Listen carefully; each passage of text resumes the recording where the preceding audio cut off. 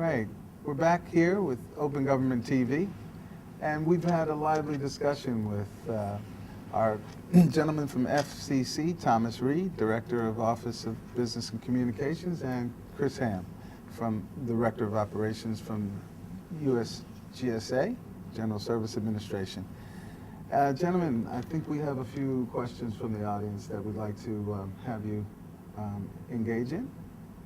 And one from the audience. Yes, I'm a small business specialist with the federal government, and one of the issues that a lot of small businesses have is getting information regarding what is available opportunities for, say, GSA and for SEC. And one of the gateways is the procurement forecast, and they're pretty much all automated now.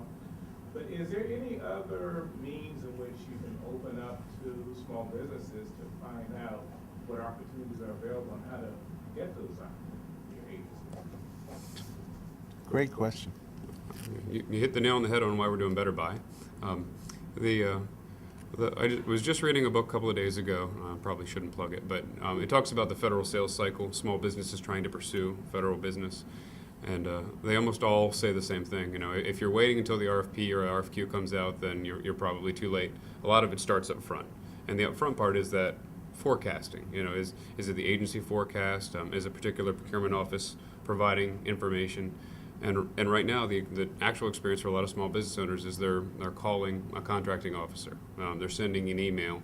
They're buying a subscription to one of the advisory data sources and saying when things are coming up. But there's really not actual information that comes out of it. And there's not a tremendous amount of response.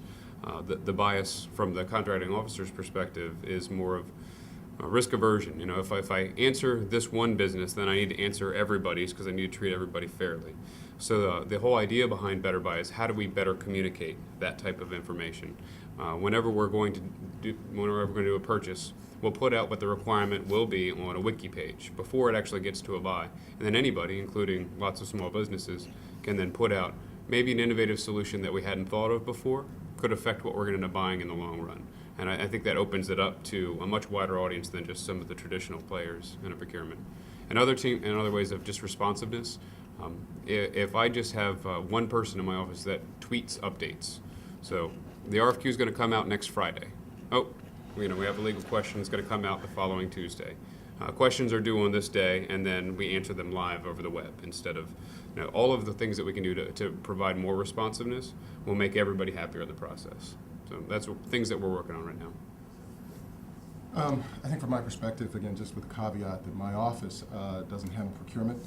We handle advocacy and policy around small and diverse business in the communications industry at large. Having said that, though, we care very deeply about procurement opportunities at the FCC. I mean, if we can't fix it at home, then we're not going to be able to fix it nationally.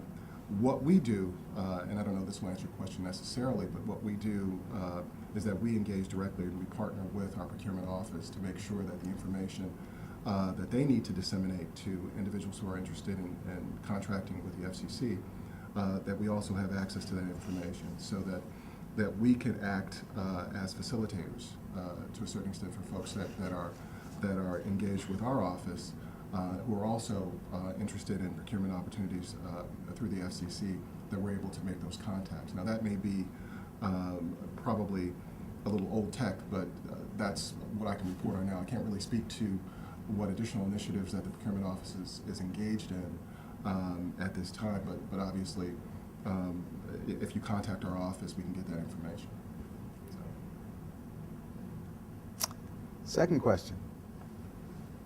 I would certainly like to encourage the second question, but while that's being a stirred thought, let me just say, Chris, that your response to the question on the FedBizOp is one that just begs to lead another question about the transparency aspect, where putting information on the wiki is almost contrary to the competitive nature by which information is not shared among competitors.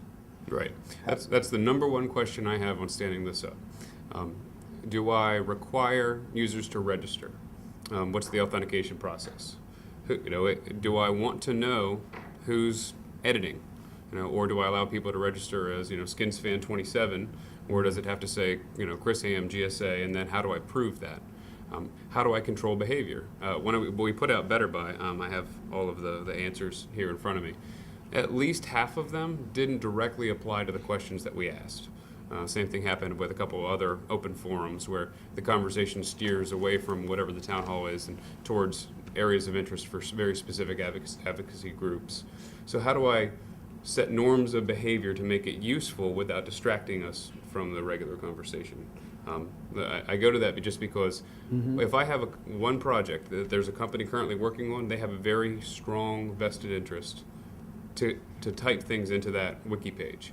And then I have other competitors also with a strong interest to try and steer it in certain directions. So do I expose that information to everybody? Is it an open wiki where anybody can see who put it, or do I hide that so that only the government gets to see it? So an individual, one company, if they're driving in a certain direction, I can see that. Where's that line between where do I provide an opportunity and a forum for innovation versus how do I have attribution? So the drawing of that line, I think, is different for every different open initiative in the government, and I think we're all struggling with that process. It sounds like then the open competitive versus set aside is almost mirrored and merged into one with that kind of open process. Very encouraging, but standing it up using your terms sounds like there's an opportunity for large prime contractors, for example, who are mature in the government process of procurement, could get on board and begin to use this as a tool to engage in small businesses that they indicate have so in the past that they can't find.